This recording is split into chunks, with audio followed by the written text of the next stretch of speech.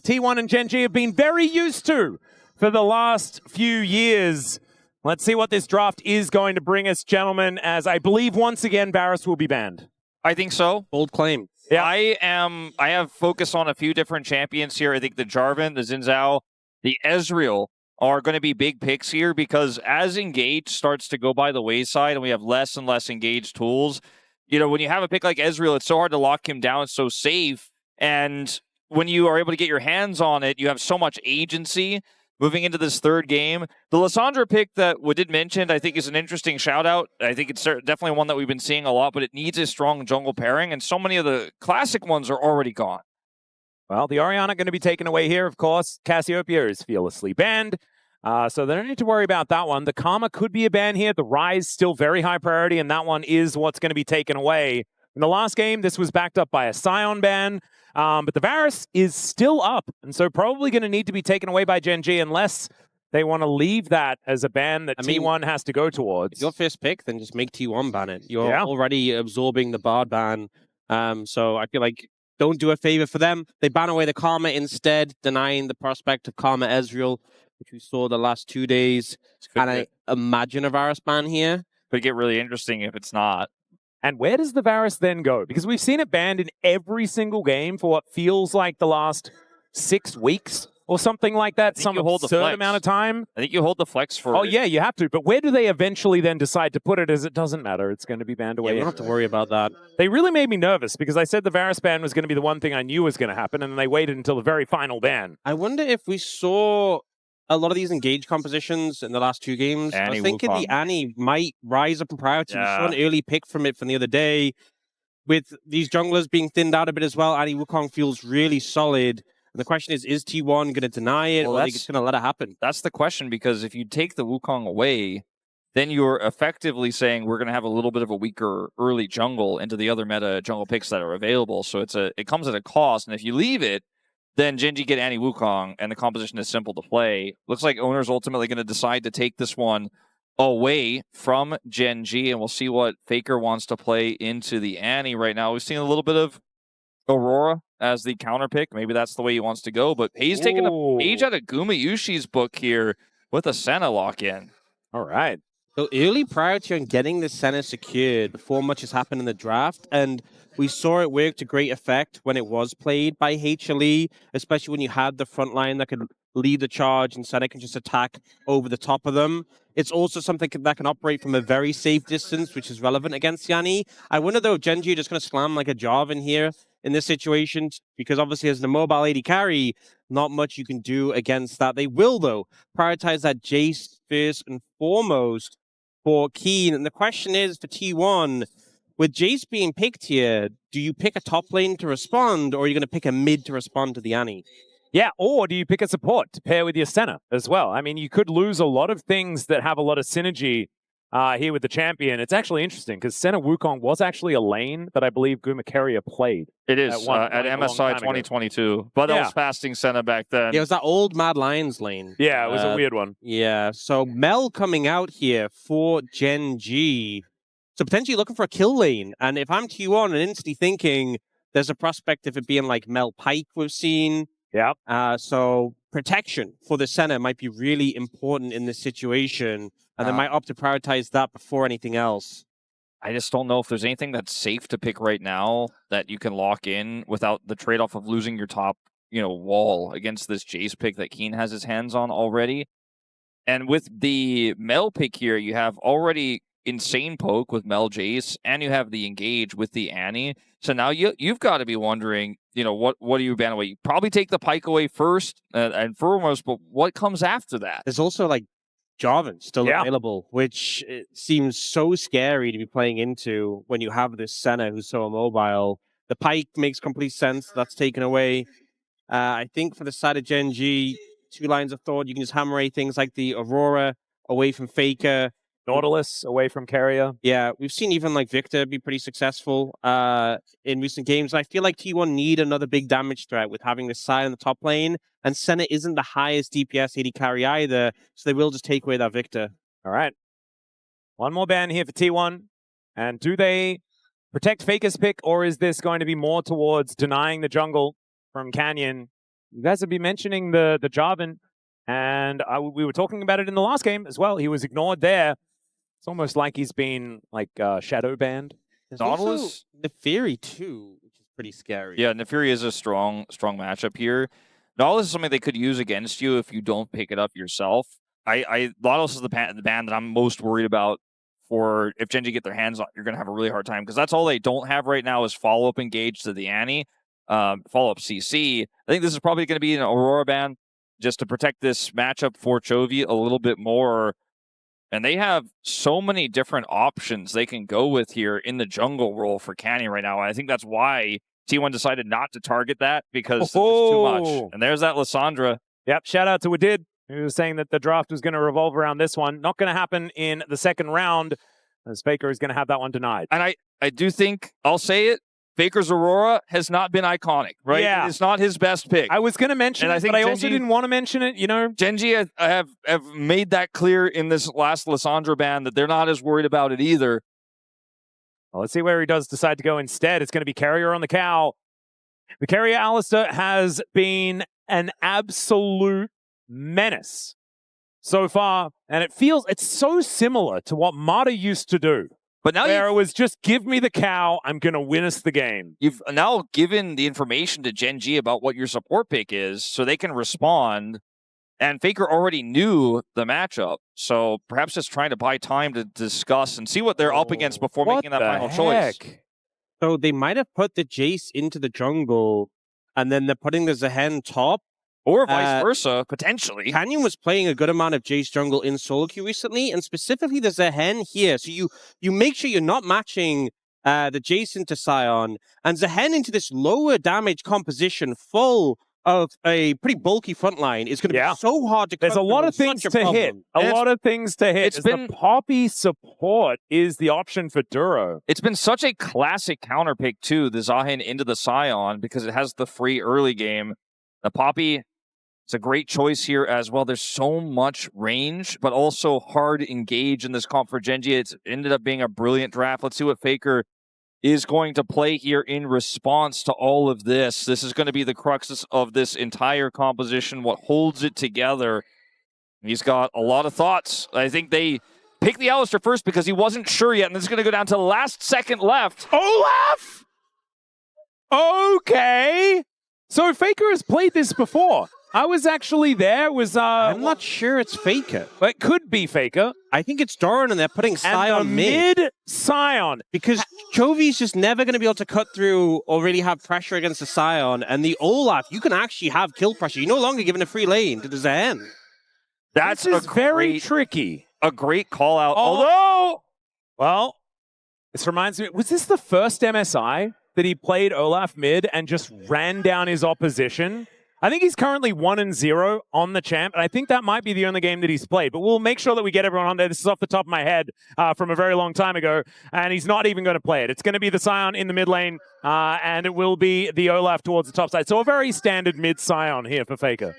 I think this makes more sense. I think you're allowing the Olaf to pop off, and something to remember is that last time Doran played Olaf, where the early game did not go good, the mid game did not go good, but the late game, he absolutely popped off, and it was into a Mel as well. We've seen a few times Olaf in a Mel, the other team runs out of damage, and you just run rampant with the Senna supporting you as well, healing you up. If this Olaf gets going, he will take over. And it's also something that Doran has found a whole lot of success on as well. Like he often saves games. And if this early game goes horribly, it's not then smooth sailing for Gen.G because Doran has had comeback games on the Olaf. I think this draft for T1 in the early game is incredibly weak. We'll see how they pilot it here as we jump into the game.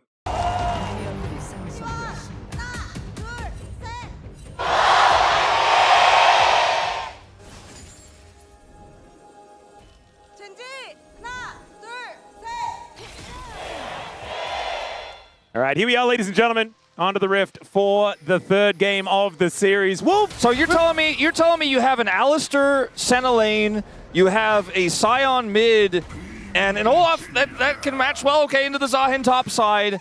And how are you going to get out of this early game without wounds? How are you going to get out of this early game without some scratches, right, is the question I have, because This is so much range in this comp here for Gen.G, plus the engage, so the backline access of the Senna. You're going to have to play really well. You're going to have to be the one that makes the first move with your incredible frontline and your Wukong to keep the Senna alive. But if you fall too far behind in the mid game, or you end up with a situation where you have to fight a dragon you don't like to because they got double dragon and a tech soul, there's so many ways this can go wrong. But I do agree that it's a very creative answer, and I think it does make sense. I do like that they opted for the Sion in mid and the Olaf on top for the reasons Ox already pointed out. Let's see how they weather the storm, because early times are not going to be easy times for this T1 draft. I think the one thing I'm really concerned about in this game for T1 is Zaahen, because I think even if the Jayce, Annie, or Mel get fed, there will come a point where they can't just combo the Olaf and he can become a real issue.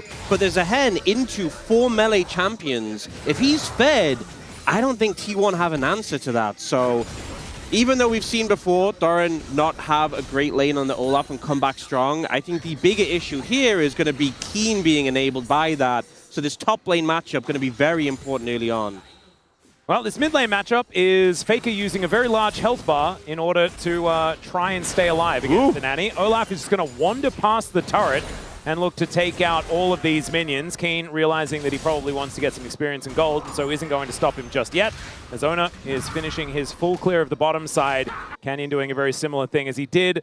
Just have a bit of a check-in towards the top lane just to make sure that Kiin was going to be okay. He was, and then he gets himself to his purpose. We haven't seen the jungle Jayce in a really long time. It was very prevalent at the beginning of this year when it got some changes to its jungle clear, and we saw it a lot at Kespa Cup, for example. It was almost permabanned for a while because it was so strong in the jungle.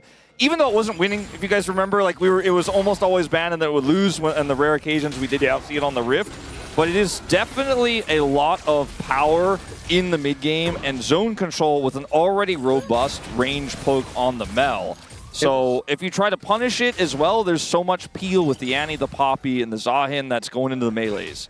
There was also recently a match in the LCS, I believe, where Inspired did something similar to this, where they flexed it into the jungle to give a better top lane matchup. So it's interesting we're seeing that again here. Yep. I like the creativity. I also like that this is obviously deliberate as well. Holding onto that flex, you pointing it out, Ox, that he has been playing this one in solo queue. Yeah, I do. It is funny because you see the picks Canyon plays in solo queue. That's like Jayce, Diana, Quinn, and Bessa. And you're like, well, he's been practicing these. How likely are we to see them? Yeah. And it's Maokai, nice when one shows up. Yeah. But definitely, don't always go into every match thinking we're going to see Quinn jungle. This stat here, Chovy was the last one to play it against Fate. Chovy actually 2021. He did play a ton of mid-Sion in 2021. And I mean, I say a ton, it was like 3 or 4 games, but you know, when no one else was doing it, that felt like a lot back then. So he actually has a lot of experience with this pick, but now he's playing into it with this Annie. A little bit of a different story at the moment. Like, Chovy was the mid-Cassante guy as well. Yeah, and the mid-Aatrox guy. Yes. Renekton also, although that I think belongs to Showmaker a little bit. Yeah, there are certainly a lot of melees that Chovy has liked to play in the past. And it's kind of weird. It's reminding me of, like, you know, 2012 TSM. You know, just watching Reginald run around the Rift on Sion before he became a real champion and not just a stun that would build only Doran's rings. Oh, what a time to be alive. What's interesting is that we had the change to the role quest where you no longer get that empowered recall, and now you get 8% extra AD and AP, which just is not offering much to Faker right now.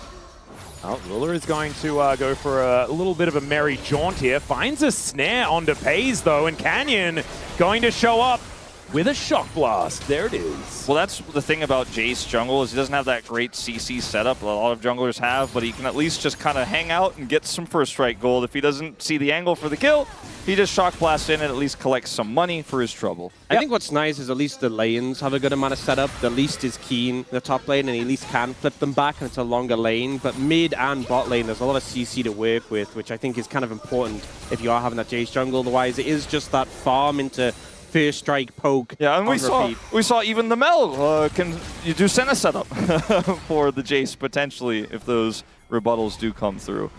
Well, Chovy does now have the bear in hand. Faker can go back to base and then ulti back if he would like to. Oner taking a bit of damage here from Canyon as the decoy comes out. Doran coming over the top though. Kiin is just following him down, and we can see The top lane is incredibly even. Cute little Bramble Vest here from Kiin as well, just to try and nullify a lot of Doran's power. Will put him a little bit behind his Trinity Force, but definitely picking this one for lane is going to feel great into both the Wukong and the Olaf. And in fact, building as much armor as you can is going to be a great move into T1 just in general, because I do not see magic damage, like at all. The Sion shield explosion. Sorry, I apologize. Wait, Alistar's got a little AP ratio, you know? Peyz is going to go static shiv. Hey, there you go. Actually, never mind. Static shiv. That's massive. Okay. I will say there is at least armor shred that's going to help out. Oh, they're going for a play. Yeah, Ruler's going to have to flash as there is Faker finding the unstoppable onslaught, knocks Duro to the sky, but doesn't have a whole lot after that. Still flash available here for this Poppy. He might actually have to use it over the wall and does so as Ruler finds a snare onto Keria, who just uses his headbutt that was out cute. of the way. That was very cute from Keria there. You know, something we hadn't talked about, which is in the rare cases where Sion is mid, is he kind of becomes a global threat with his ultimate between both top lane and mid lane for roams. Because it's not a train anymore, it's a boat. Yeah, he's going straight through the river, and in this case, able to get multiple critical flashes here.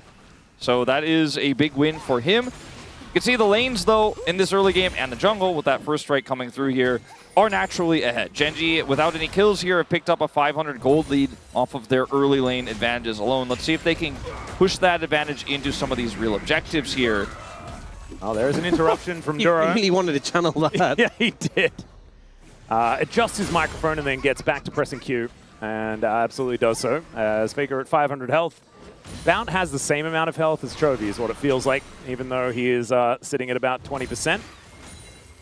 Just Sion things. That's only going to get worse as this game goes on, as Canyon going to be starting off these grubs, and there is no monkey in sight. They have control. Should be able to take this. They have control vision on the entrance there. They have vision on the dragon as well, so he feels very good about this. Oh, that's a bear.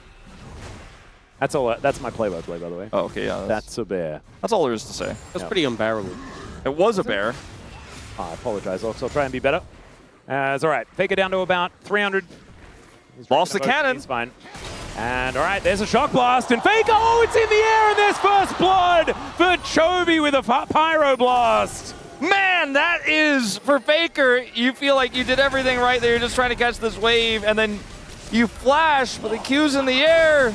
And Canyon just presses EQ from off screen, and that's what kills you. It's the worst feeling ever when you flash and you see you're already dead when you hit the ground. I'm wondering, was the shield on cooldown? He didn't have enough mana. Mana was so low. His mana was pretty low. That might have been it, because I was thinking maybe he's like flashing to buy time and shield, but the shield never came through. That definitely would have saved him. We'll probably only know if we get the first-person view there of Faker, but we'll see when we go into the replay if we can. I hope they don't do it to him, as Hepa Pulverize does come in from Keria. Ruler once again finding a bit of an angle here with his rebuttal, but the unstoppable onslaught delivers Faker to the bot lane, and Ruler, he has to try and dodge it, therefore walking into the waiting arms of Peyz. And there is the answering kill for T1. Yeah, they did it twice. This time they don't have no flashes. I think, oh, Doran's in trouble here. Yeah, Shock Blast does come on through. The Grim Deliverance comes down. The Ragnarok is going to be there for long enough to get Doran out to safety as the Dawning Shadow comes on through.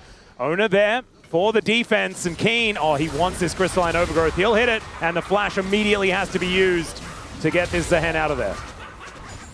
So it ends up being a trade-up in terms of summoners for T1, with Kiin beating his flash, and it was only the Ghost there. We are going to see it. Yeah, but from Canyon's perspective. Any moving 되나? Very nice. And here, it's the same play from Faker. You know, the ult comes through from Poppy as they realize they're in trouble, but Faker drives right between the Tri-Brush, and he's dead again. Huh. That's surprising. Not sure what led to that, but obviously... Kill bot lane, die mid lane. I Kill see bot a lane, Poppy. die mid lane is that's the equilibrium that we're going to hit. Yeah, the Malignant Spike is there for Chovy, but you would expect at some point Faker can kind of just brush a lot of the damage off. It was a Poppy there, and I think he may have been a bit zoned in the lane as a flank. Ow. Question mark. As Ruler this time doesn't have the rebuttal, he's going to get snared. There's the heroic charge back, but Keria running real fast with that Ghost, and Ruler has nothing he can do. He just dies. You know, I think with the Mel, you're so good at playing into sort of longer ranged abilities. You have that rebuttal or just anything you can reflect, but into things like a Sion or an Alistar, you just don't have tools really to outplay them. If you land the root, great. If they sidestep it, if it misses, if it's not used at the most effective time, they just get on top of you and then there's nothing you can do. I'm looking at this enemy composition as the Mel, and it's kind of nightmare fuel. Yeah, it's not really working. And it's, you know, when you're this far up in the lane without flash, very easy to punish you, which has happened now twice. I mean, really three times. The first time they got the flash, and then the next two they were able to get kills before he came up. As Chovy just whittles away at Faker, and Faker pushes onto Chovy for one more auto here. Just tries to charge Q? I don't know. He really likes pressing Q. Yeah. The shield was on cooldown as well, again, in this situation. He used it earlier in a trade, so didn't have that available. Nice sidestep there by Keria, and then holds the combo for the Steadfast Presence from Duro. And does a short combo at the end, just to catch out Ruler. Really well played to set up that one. Peyz now with the static Shiv. Especially when you're playing into a mage in the bot lane, having extra wave clear that the Shiv offers goes such a long way. Obviously, this is the standard build to go the static Shiv early on Senna, but it's definitely a big pickup when the enemy Mel has Ludens already. I'm starting to very strongly feel like Doran is going to have to do some heavy lifting in this game because Faker is so far behind. And the Senna is ahead, but that doesn't necessarily translate to a big mid-game or anything like that yet. She needs more souls. No. Canyon's here again. Oh, not one more time. Chovy holds the flash, decides he doesn't want to go for it. And so now Faker gonna have to try and keep himself alive. Channels another Q, and now Oner makes his way in. Canyon flashes. Dawning Shadow comes down, and there's the flash from Oner to follow, and down goes the Jayce. Oner here to save the play, and now Keria will find the flash from Chovy as well. This Triforce spike on the Wukong, you can see after the initial flash, they weren't sure if they wanted to extend the play, but Oner's like, no, I have the damage, follow me. And he absolutely did to take out the Jayce and Chovy, having a flash as well, punishing the attempt to threaten Faker's tower. And the thing is, so in terms of Faker's position in the lane now, he has upgraded Merc Treads. He's going to get the Kainic Rukin soon. He'll feel much better then, but I'm a little worried they'll just switch lane and put him into an AD champion after that. Yeah, that's what I'm most concerned about. I mean, there is a, the bottom laner obviously is also AP in the Mel, but the Zaahen lane can work really well. He actually went the Glacial Shroud just on that base, so got a bit of armor first. But yeah, damage comes in from that Shock Blast, the Magic Shield doing nothing there.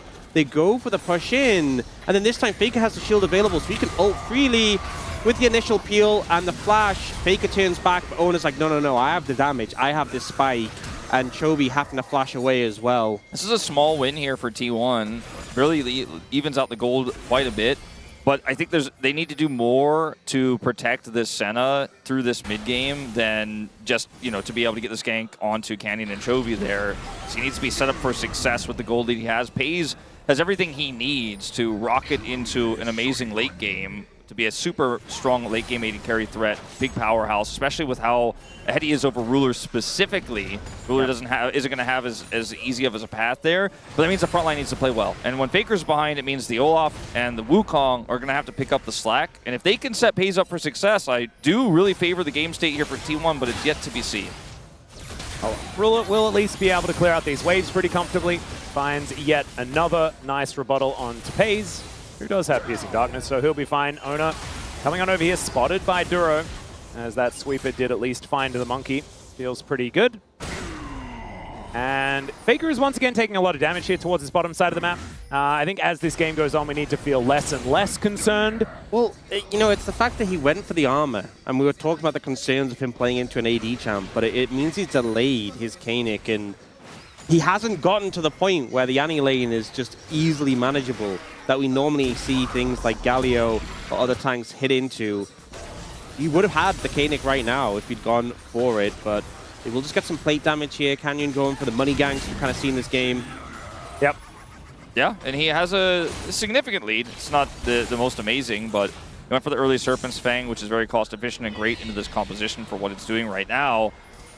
And Ruler has his first item, which is a little bit more of a damaging item than Peyz's first item. But again, it's about the fact that Peyz got that gold, has this item, and is looking for a second as he's also getting those stacks. Like, that's the extra element that you can't get from ganks. You actually have to get it over time. Still gated by game progression in that sense. So let's see what they could do to protect him and get him through this next part. If Gen.G get double dragon with the prio we talked about they should have in this game early and we end up with a really strong soul like Hextech Soul, it's going to get a little bit tougher here for T1. But they'll have to get that double dragon first. Hextech Soul with their composition would just be disgusting. I feel like Chemtech Soul would also be kind of crazy, though, with a Zaahen. On the Zaahen, yeah. And a Poppy, you know? There's a Molten Shield.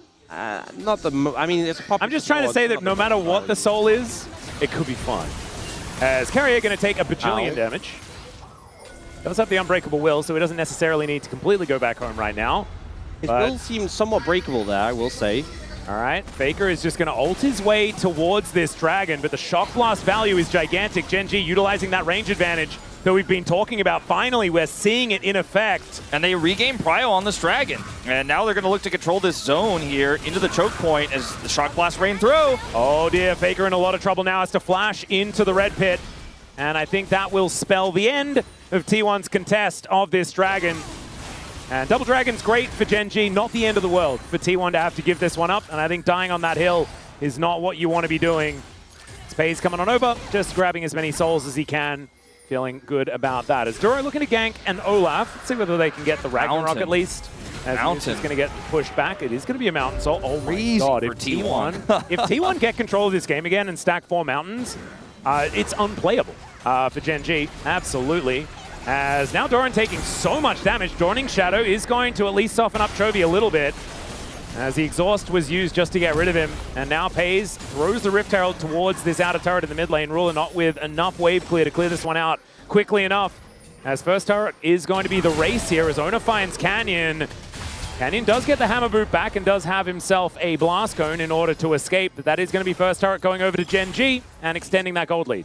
Yeah, should see Peyz answer here in the mid lane. And Oner with a lot of pressure. He has to be careful of Chovy over the wall. Yeah. Oh, low 4 health! And Oner is able to just turn around and say thanks for the red buff. You know, the Wukong was once upon a time a counter matchup in the top lane for the Jayce. You could see in that interaction with the Cyclone moments before that Canyon doesn't want to interact with him in the jungle at all if he can help it. He just wants to be very far away from him and a layering in poke. So I thought it was great that Oner found that pressure angle in to get on top of Canyon there and make a small edge. The value of the Cyclone in team fights is really high, but when there's no fight to be had, it's not really a cost that you're giving to actually utilize that to get a little bit more control. So really nice angle there Oner found. Still finds himself, though, with all that first strike gold and the extra farm here, significantly behind in the matchup as Cyclosword comes through here for Canyon. Yeah, big spike. Yeah, huge. Has the Siphon's Fang as well, which is great value into the Olaf, into the Sion in particular, and some value into the Senna for the ultimate. We have now got the Kiin Wukong for Faker, so he should be able to just weather the storm in this matchup pretty comfortably. Still taking a lot of damage here from Chovy, who is just able to walk around and hit him with as many spells as he can. I've never seen an Annie worry about mana more, because he just needs so many spells, because this health bar is so large. His damage numbers on this Annie are going to be above average. Absolutely absurd. Yeah.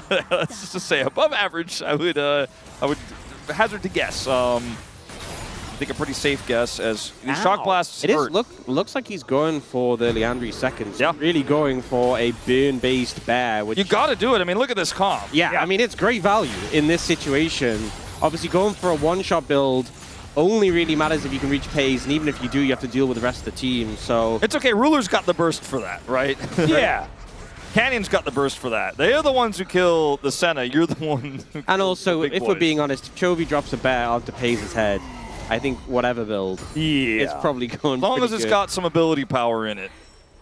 Well, we might see just avoid stuff after that, and then, man, he will just not really worry too much about the champions on T1. So does Chovy. Faker completely out of mana. The flash forward to block the unstoppable onslaught. Apparently it is a little bit stoppable, but Faker isn't. He's able to walk his way out as Tib is able to come back and join this fight. And that is Duro hoping that that was the other Wukong, but the decoy can't walk. So they watch him leave. So Faker will be able to keep himself alive. Peyz's ult was a huge difference maker there for Faker as well. Faker just gets out. All right, well, Gen.G, they don't lose anyone. And they do, I guess, theoretically gain some tempo in that play.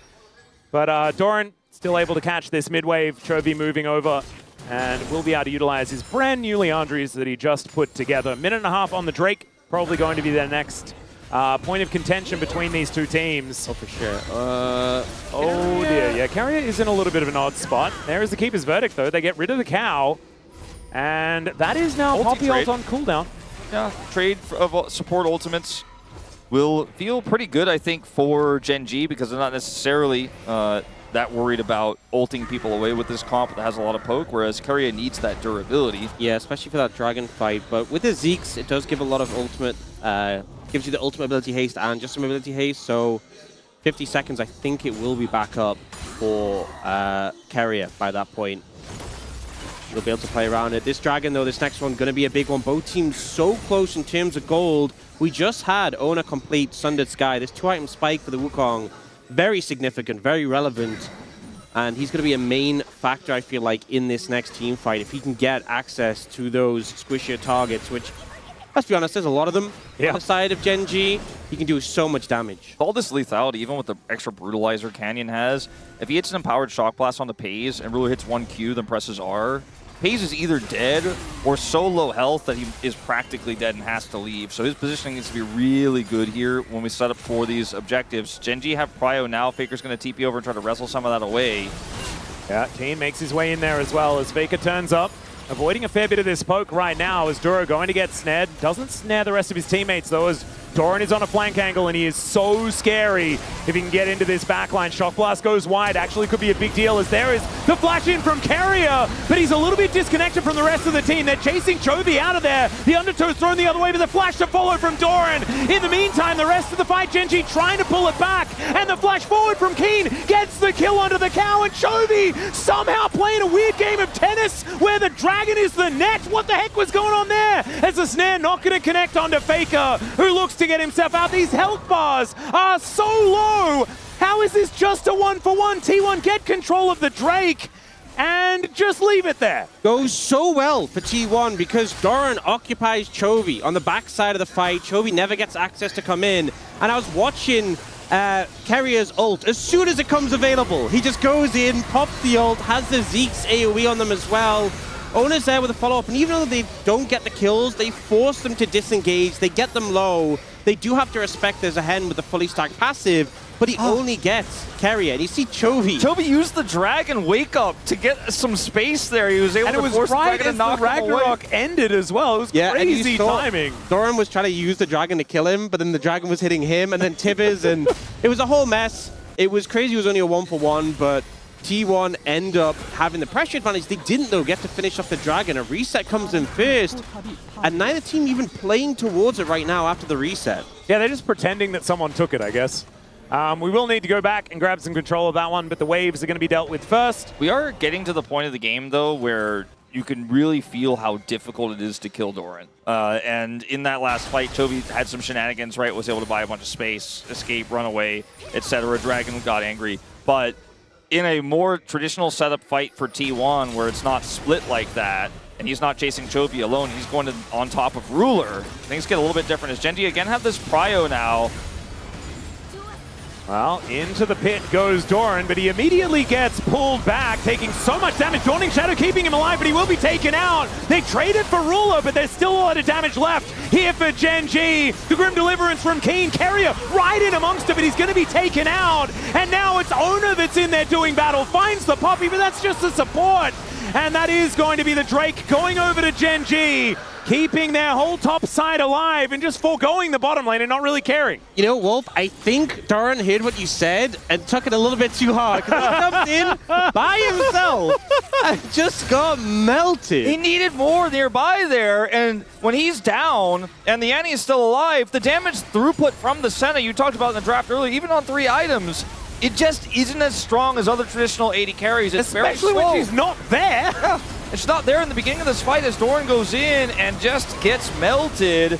And the knockoff here of the Wukong means that there's not enough to lock people down for Peyz to do the damage. Kiin's ult here is fantastic, and he is unkillable. He has the res. Yeah. And when Oner gets back in, he's just burned down as Kiin holds the line, and T1 do not have enough damage in this Senna to actually secure the kills. Peyz spent pretty much the whole fight autoing a Kiin who had a res with a bear sitting on top of him in his face. And there's just not much you can do in that situation. Doran a little bit over-aggressive in that situation, and it allows Gen.G to get that third dragon off the game. Damage dealt.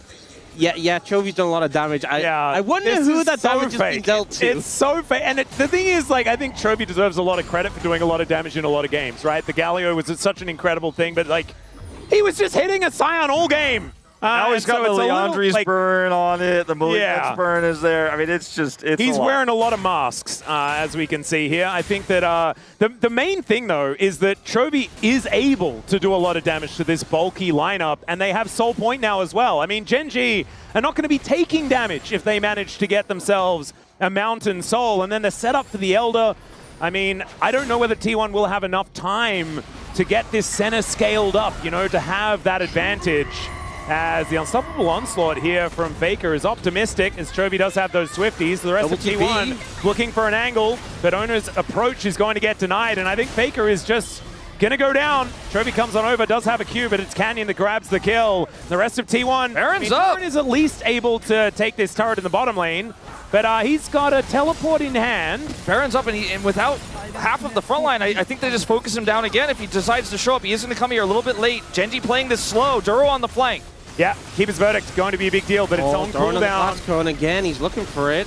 Yeah, Flash not quite available just yet. Kiin is going to stop that one. Keria in so much trouble. Gen.G looking for the turn. A better Baron play than their last one, we have to admit. Oh, Doran gets caught here. With the wraparound. And Chovy is going to be able to find him with that stun. He has to throw down the Ragnarok, but using it defensively, he doesn't get a lot of time. And Kiin wants that angle.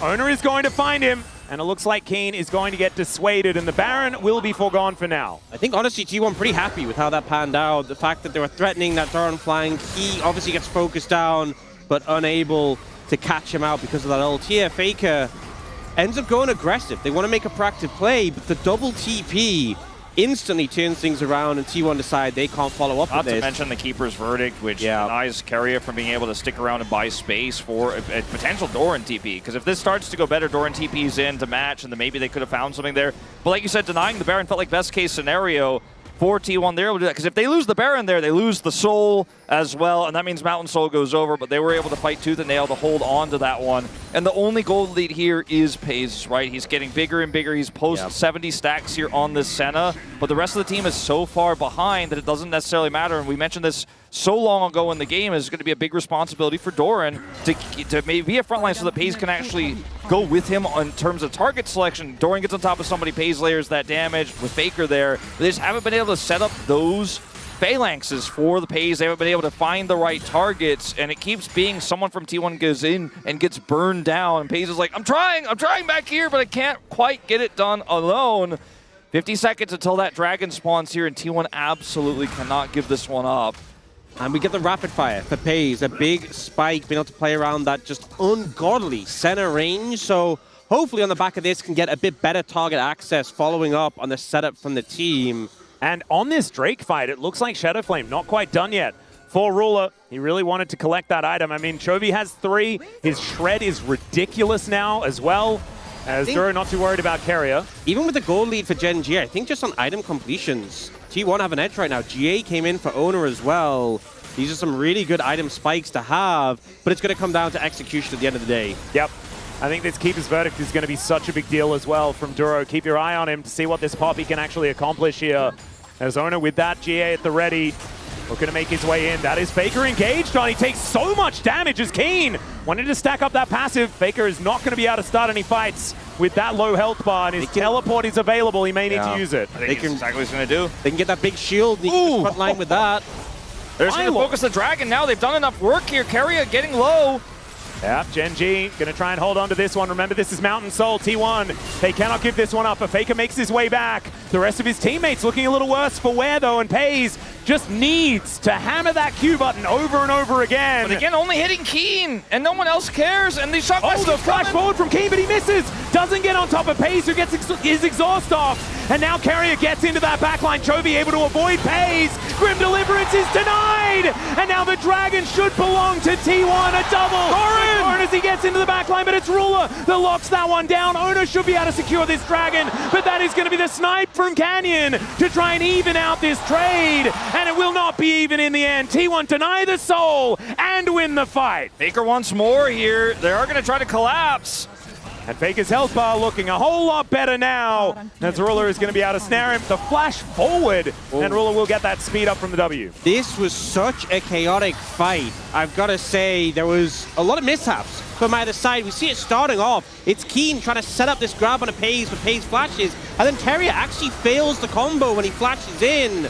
But then Doran gets access. And Doran gets exhausted, but it doesn't matter. He's in ult, and he's just running through this team. The Keeper's Verdict can't impact him either. And even though he goes down, he did enough. And it feels like for the first time in any of these Olaf fights, he was able to make the difference, buy the space to allow Peyz to follow up on those prio targets, and they make it work. They get the first Dragon of the game. They put a huge dent in the gold lead. The stacks are rolling, and Peyz is deathless on this Senna. His positioning has been very good, and finally, Doran sets him up. And he is very big. I think a big thing as well is that since the last fight we had, Doran able to pick up Death Dance and Hex Drinker, so he just feels so much harder to cut through. And when he starts getting kills, he's getting the Death Dance cleanses to reset the bleed. He is very... Oh my lord, that range. Oh dear. Rapid fire cannon coming in hot. And Ruler not going to be able to stand toe-to-toe. And won't even be able to really stand near the minion wave. And Peyz is going to find Duro. Steadfast Presence not really doing anything at all as the snare is going to connect. Dawning Shadow. And Duro is very durable. That is going to be GA now down for Oner as they overextend a little. Faker moves in and even Tibbers stays alive. Kiin, very frightening as well, level 17 on this Zaahen. The Maw, 3-1 and 2. The Maw here for Doran makes him... I think when we see the next big fight, I mean, he just has to run at whoever Peyz tells him to, and they shoot. Peyz shoots at whoever Doran is running towards, and it feels almost impossible to lose fights now at this stage because he's so big on this Senna. Well, Tibbers is going to go flying around just a little bit here. Gen.G getting control of this top side. That shock blast, I mean, this poke is still such a huge deal. The range is something that we cannot really forget about. As T1, they need to be so decisive and start fights before their health bars just reach 0. He's poking tanky targets as well. He's hitting the Sion, it's doing so much damage. Is now done 4 items on this Jayce. Yeah, he's super strong. And the fact that he's got 35,000 damage, like remember, Chovy inflated that number massively by just hitting the Sion all laning phase and even outside of lane. Canyon, this is just... camps and then poke. Yeah. He's hit some really, really big ones. Hasn't always been onto the Senna, but... through Celestial opposition. Yep, it doesn't even matter if he's not hitting the Senna, if he gets enough time to hit these shock blasts, though. As Faker's gone a little bit halfway in terms of building both the armor right and the magic resistance, so it feels less tanky than Doran in a lot of ways because Doran has his ult running. He is level 18 at this point, 3 levels up on Faker, but it's all about whether or not the Shock Blast hits Peyz or if they get enough time to Shock Blast enough of the front line with Chovy's burn damage coming through. They can't start a Baron yet. They don't have a traditional AD carry. They do not have enough control, so this game is once again going to slow down a little bit here, and I think likely the next fight will be on the Dragon, not the Baron, in about 90 seconds. I am terrified to see the damage if Canyon hits a Shock Blast onto Peyz. Yeah, I was just thinking that. As the Shock Blast is going to connect onto Faker. That one, the thing is, we're not too worried about. So much I would love money. to see his first strike numbers. Because, I mean, that's the thing with First Strike is that, you know, obviously in lane, if you're playing a laner with it, you can proc it pretty consistently if you're in the right matchup, but you don't have the damage to really back it up. This is the point where Canyon has the damage to back it up. This is where First Strike really spikes, and he's just printing more and more money. Unfortunately for himself, he only has 1 more item slot, but getting towards that pretty quickly. Yep, the F-Sword now in pocket as well. We'll see what he's going to turn that one into as a GA is probably on the way. Oner does now have 4 items himself. Black Cleaver is now done. They've got a couple of those. If you can start stacking these Mountain Dragons as T1 as this game gets longer, it's huge, but we're already so late into the game. I don't think Soul's on the table for them, but denying it from Gen.G is massive, and that's permanent if Gen.G get it, whereas this Baron is only temporary, and all of those inner turrets are still up. So getting Baron doesn't mean you're sieging to win the game either. You're playing against so much wave. God. And yeah, he is big.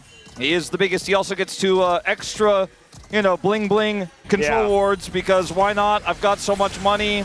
And you also get free crit, so he's just got, I mean, he basically had 100% crit anyway, but then that gets turned into more damage. But he got hit! Stacks, and he does get hit, does do a lot, but the Piercing Darkness is going to be there to keep the Senna somewhat healthy. There's the interrupt from Kiin, being a bit of a hero to try and keep Ruler safe.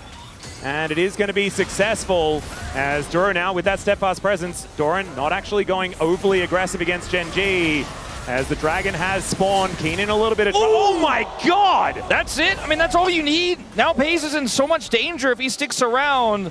That was the thing that we were scared of seeing, and now we know why we were scared of seeing it. Yeah, that's the Mountain Soul, I think. That's enough. Just got it. That's it. It's that simple, and it hasn't been really hitting this whole game, but it does twice. Doran realizes that he's probably been seen based on the movement of Gen.G, and the Keeper's Verdict is not going to come He just on wants through, to make sure Oner doesn't steal. He just wants to make sure Oner doesn't steal, so he channels it. If Oner runs in, he just knocks him away. They wait for it, secure the dragon. I felt like in that moment you could see Gen.G couldn't even believe that T1 was giving it up, but they did. And yes, he's got a lot of stacks. He's got 100 crit. He's got the additional damage from the IE. But if he gets hit by 2 shock blasts, if he gets hit by a third, he dies, and they might lose more than a dragon, so he has to leave, and the dragon goes over, and now Gen.G can put their focus on the top side of the map. Isn't it so unfair, though? You just get hit by one ability from Canyon, and then, oh, well, I just hit a massive item spike. I was ready to play the game. I guess I'll just go and take a break. I do have a solution. What's that? Don't get hit. Ah! I have another solution. Have your front line stand between you and the Jayce. I think that is that included in Don't Get Hit? Yes. Okay. It's a great strategy, though.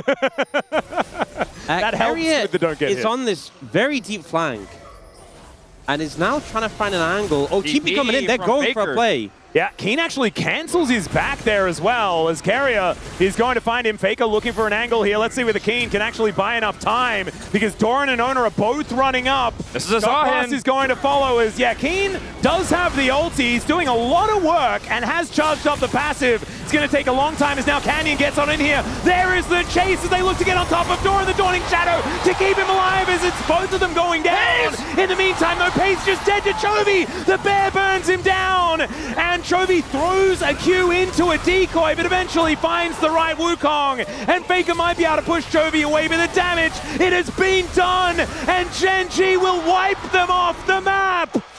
This felt like a winning play for T1, but then Peyz gets exploded by Chovy, and suddenly, without that damage, without that DPS, without that Senna, everything falls apart, and Gen.G will claim the Baron. And it is so crazy how much damage Doran took from Canyon at this late game stage. Like, oh, Olaf, he's going in, and then he goes almost 100-0 as well as they trade their lives in the beginning of this. And we're going all the way to the beginning of this replay, which is a little bit longer here, but it allows Gen.G to group up. But watch where Peyz is on the left side, where Chovy is trying to match him. He has to go super far away, because if they catch him, he dies, but he needs to rejoin his team because he feels like they're starting to lose control of the top side fight. He ults here, but watch Chovy. Chovy does not wait. He's got a control ward there, and he just 100-0s him. And Peyz's first death may be his last in this game, as now Gen.G have so much siege to push and control. They have the Mountain Soul, and it gets so much harder from here. You know what's crazy is that we were talking about how Chovy's gone for this more burn-heavy build. He did obviously just finish the Rabadons before that,